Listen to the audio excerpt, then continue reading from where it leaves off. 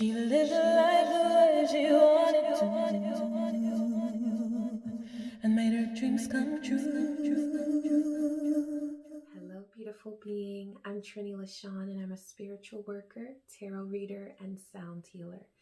And I'm going to share some information with you about mantras. I absolutely love using mantras. They're wonderful. I'm very musical, so it comes naturally to me to sing mantras. But the possibilities of how you can use them are endless. You can chant them, you can sing them, you can listen to them, you can use them in different energy workings. It's endless. You can use them in many different ways. So the first thing is, what is a mantra? It is a sound or a series of sounds. It can be a phrase that is associated with a meaning, has a meaning, and it's used to change, alter, adjust your state of being, your awareness, your frequency.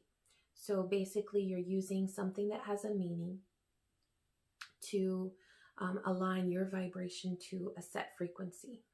So people actually use mantras all the time and sometimes don't realize it. One example of this is the way that we calm and soothe our babies when they can't sleep. So when you say, hush, it's okay, there's nothing to fear, go to sleep. Hush, it's okay. That is actually a mantra. So it's a word or series of words that has a meaning, and it's used to alter your child's state of being.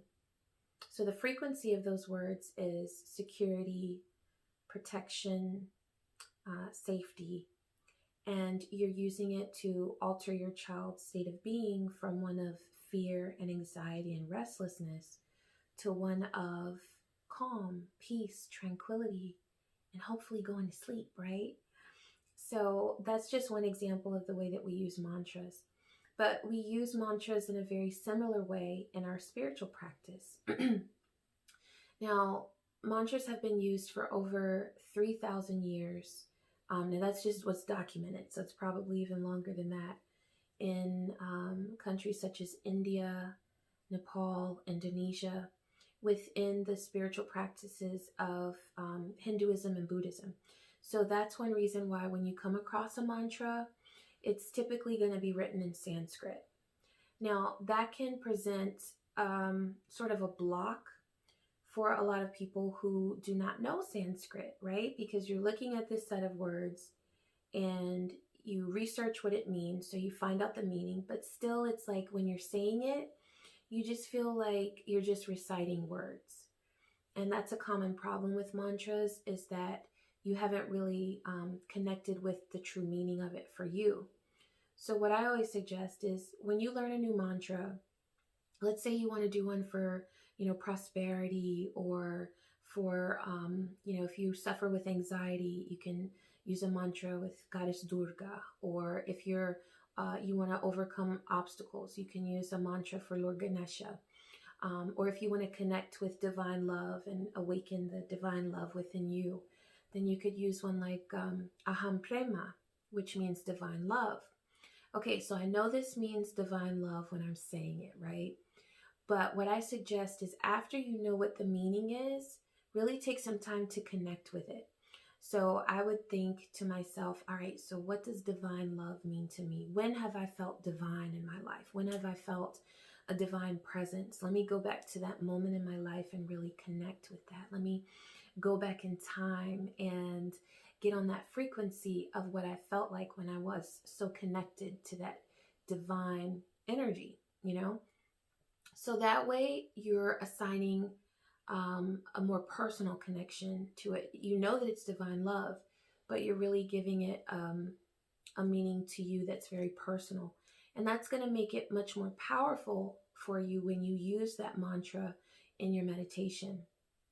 So, one common thing with mantras is, once you discover this power that you can, or this tool, this powerful tool that you can use, a lot of people go what I call mantra happy. And so they want to do all the mantras. You want abundance, and you want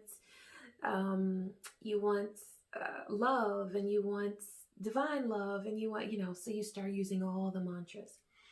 Well, mantras typically work best when you focus on one for an extended period of time. That doesn't mean you can't do more than one. Absolutely, you can do as many as you can focus on.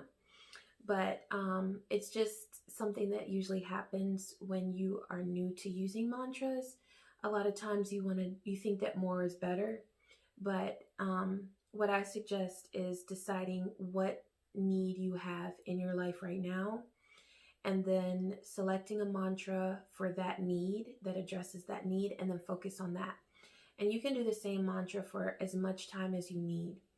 Um, and there are all sorts. So the different energetic frequencies that I was talking about, prosperity, safety, love, what have you. But then there are also mantras for each of the 7 major chakras. There are mantras that you can use to connect with or honor a deity. So they have many different uses, Now, when you start using mantras, you're going to notice that a lot of times people will say, chant it 108 times. So what's so special about 108? It is a sacred number within the realm of spirituality. It's seen as a sacred number that represents the wholeness of existence.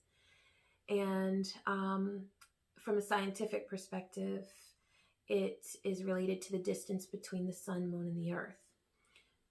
But just from a very practical 3D sort of view, 108 is a really good number of times to chant a mantra if you really want to truly align yourself with that frequency. So if you're doing one for to honor Lord Ganesha, by the 20th time you've said the mantra, you still might be thinking about what you were just doing. It might take a little bit of time to really start focusing on the energy of that mantra, where you're really thinking about Lord Ganesha and removing those obstacles and, honoring him. So, and honoring that energy within you as well, because that's another big part of the mantras, is that the energy resides within you as well. As above, so below, as within, so without.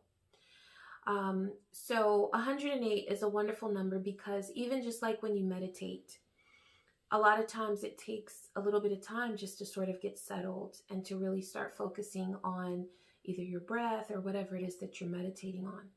So when you start meditating using mantras, sometimes it takes till about, your 30th or 40th time chanting it, where you really start to feel like you're truly connecting energetically with the mantra. But it'll get better as you get more and more used to it. So speaking of 108, I recommend using a mala necklace. Now, there are different ways to use a mantra, okay? You don't have to chant it. You can listen to it. You can sing it. You can chant it. You can even use it in different types of energy work. I love to work in the water, so a lot of times I'll do rituals while I'm soaking in the tub. So sometimes I'll have it playing, just a mantra that's recorded. Sometimes I'll chant the mantra into my bath water and let the bath water fill up with the energy of that mantra, and then it's surrounding me and I spend my time soaking up that energy. You can also use it with a glass of water. You can speak the mantra into the water, let that energy flow into the water, and then drink it and let the energy flow into you and then radiate that energy. So there are many different ways to use it. You don't have to feel boxed in like you have to chant it 108 times every time you connect with this mantra. You can really the more you use them, the more creative you'll be able to be in how you use them in your spiritual practice. But that 108 times chanting it is very good for connecting with it energetically and also learning the mantra and really feeling the energy of it. So with that in mind, I recommend getting a mala necklace. This is the one that I use. It's made of rudraksha beads, which are seeds from a tree, and they're very healing. Their energy is really beautiful. And so whatever mala necklace you get, they'll always have 108 beads and a guru bead. So as you go through, it really helps you, because can you imagine concentrating on the frequency or the energy of what you're saying, and then also trying to count them out? That would be a hot mess. So these help you to make this a mindful activity where you're really able to focus on what you're doing, and that through that you're meditating.